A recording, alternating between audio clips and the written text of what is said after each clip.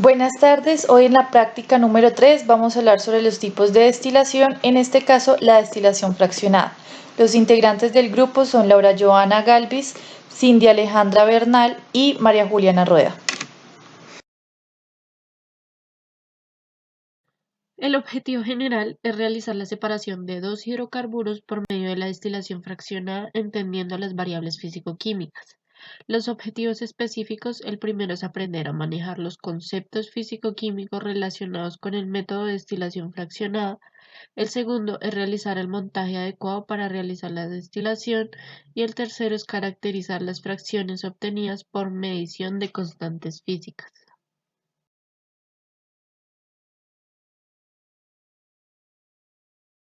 La destilación fraccionada es un método de optimización de la destilación simple, con el fin de recuperar más masa y pureza de los líquidos.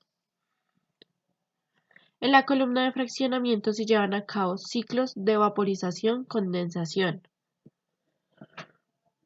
En este método se enriquece el componente más volátil y al finalizar aparece un líquido con un nivel de pureza muy elevado. El proceso ocurre a una temperatura constante hasta que el líquido más volátil sea separado de la mezcla original. Al presentarse un aumento de la temperatura, el componente menos volátil comenzará con su destilación. Como resultado, se obtienen varias fracciones con diferentes puntos de ebullición. Los ciclos de vaporización-condensación están dados por el número de platos teóricos que cumplen esta función. El número de platos dependerá de la diferencia de los puntos de ebullición de las sustancias. Es inversamente proporcional.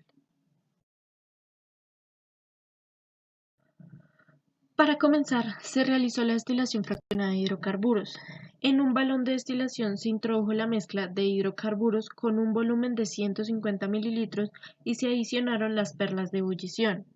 Se ensambló el montaje de destilación y se calentó homogéneamente hasta alcanzar el punto de ebullición y registrar la temperatura cada 5 minutos.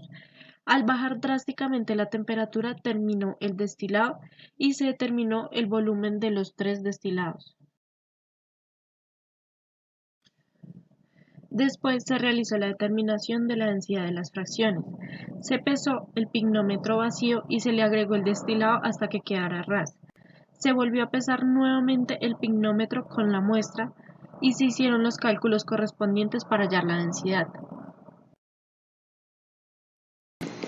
Por último, se determinó el punto de ebullición de las sustancias destiladas. Este procedimiento se realizó agregando 5 mililitros de las fracciones en un tubo de Molish. Asimismo, se insertó un tubo capilar sellado con la abertura hacia abajo. Este se amarra con un alambre de cobre a nivel del bulbo de un termómetro. En un tubo de Thiel con aceite mineral se inserta el termómetro con el tubo de Molish amarrado de tal forma que el tubo quede tocando el aceite sin quedar completamente sumergido. Se calienta homogéneamente con el mechero hasta que la sustancia alcance su punto de ebullición. Una vez ocurrido este punto de ebullición se van a presentar una especie de rosario de burbujas. Cuando una de las burbujas formadas intente ingresar al capilar, este será tomado como el punto de ebullición de la sustancia. Es importante tener en cuenta los datos generales de las condiciones ambientales del laboratorio, pues estas pueden hacer que los resultados tengan variaciones según el lugar en donde se realice la práctica. La presión atmosférica del laboratorio era de 560 milímetros de mercurio, la temperatura era de 25 grados Celsius y finalmente el volumen de la mezcla de hidrocarburos que se utilizó para la destilación fraccionada era de 150 mililitros, en donde los tres hidrocarburos se encontraban a una proporción de 50 mililitros cada uno.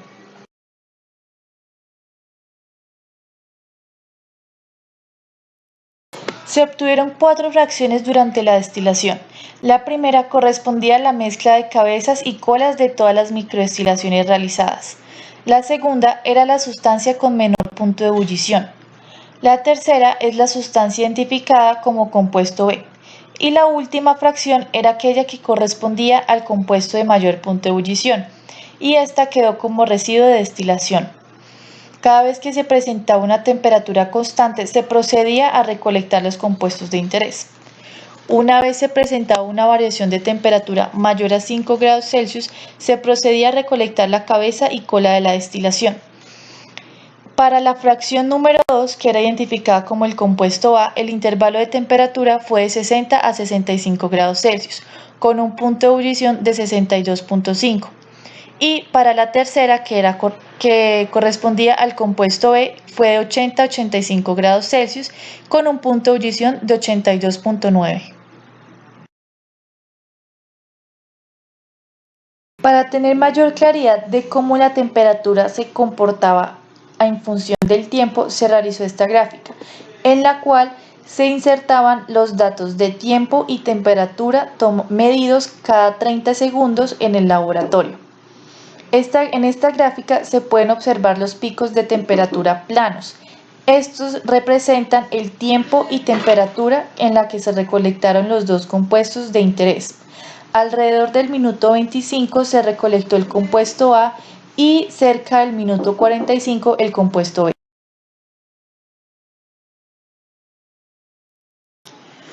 Una vez obtenidas las dos fracciones de los compuestos, se hallaron las propiedades físicas de punto de ebullición y densidad para cada uno. Los resultados fueron comparados con los valores de la literatura de varios hidrocarburos, en los cuales para el compuesto A hay una coincidencia de los valores con el hexano, presentando un porcentaje de error del 18% para el punto de ebullición y del 8% de densidad. Con respecto al compuesto B, se identificó como el benceno, presentando un porcentaje de error de 3.6% según la temperatura y un 5.2% de error para la densidad.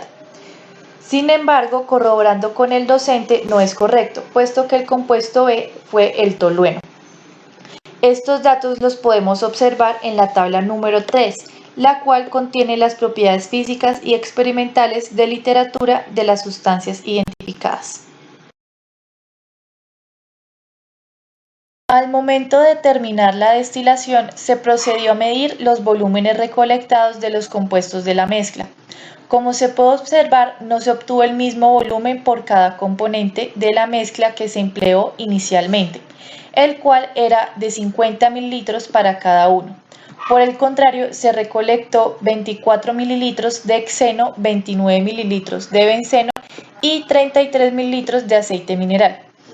Esto es algo esperado debido a que el líquido de las cabezas y colas de todo el proceso no se tienen en cuenta en la medición. Esto lo podemos observar en la tabla número 4.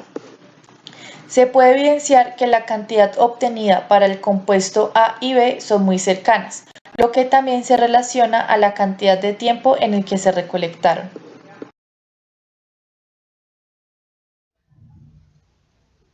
Durante la práctica se podía observar las microdestilaciones en cada uno de los platos teóricos. Se identificaban cuando la pared de la columna fraccionada se empañaba y luego de que el vapor se condensaba caía el líquido en forma de una cascada leve. Es importante recordar que entre más platos teóricos tenga una columna de fraccionamiento, más eficiente será el proceso de separación de compuestos con puntos de ebullición cercanos.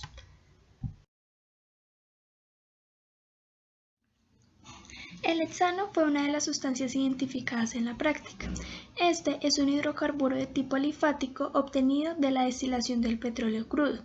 Está involucrado en múltiples procesos industriales donde se mezcla con otros solventes similares para usarlos como agentes de limpieza en la industria textil y de marroquinería, también como un tipo de pegamento especial y en productos de consumo como la gasolina. Por otro lado, mirando la sustancia B, tenemos la estructura del compuesto identificado según los datos obtenidos, el benceno, y la estructura del compuesto realmente utilizado, el tolueno. Ambos son hidrocarburos aromáticos, es decir, que son compuestos cíclicos conjugados con mayor estabilidad debido a la deslocalización electrónica en enlaces pi. El grupo metilo es la única diferencia estructural entre estos compuestos. Sin embargo, a pesar de ser un ligero cambio, induce propiedades físicas muy variadas. El tolueno es un derivado del benceno, presenta un punto de ebullición mayor debido a que el enlace con el grupo metilo provoca que sus fuerzas intermoleculares sean más fuertes que en el benceno. El tolueno presenta un olor dulce y acre, mientras que el benceno tiene un olor a gasolina.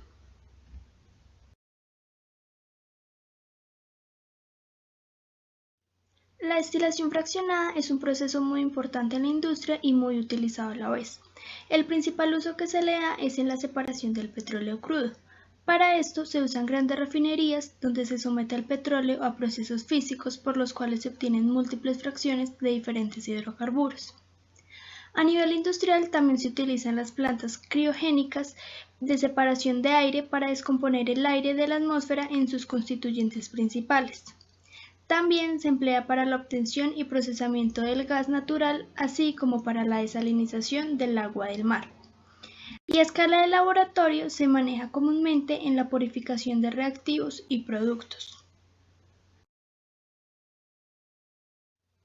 Finalizada la práctica, se lograron evidenciar los factores físico-químicos involucrados en la destilación fraccionada, como es el intercambio calorífico entre vapores y líquidos, entendiendo su importancia para el funcionamiento del sistema y la separación adecuada de mezclas. También, por medio de propiedades físicas como el punto de ebullición y la densidad, se lograron caracterizar los hidrocarburos empleados en este proceso, que fueron el hexano y el tolueno.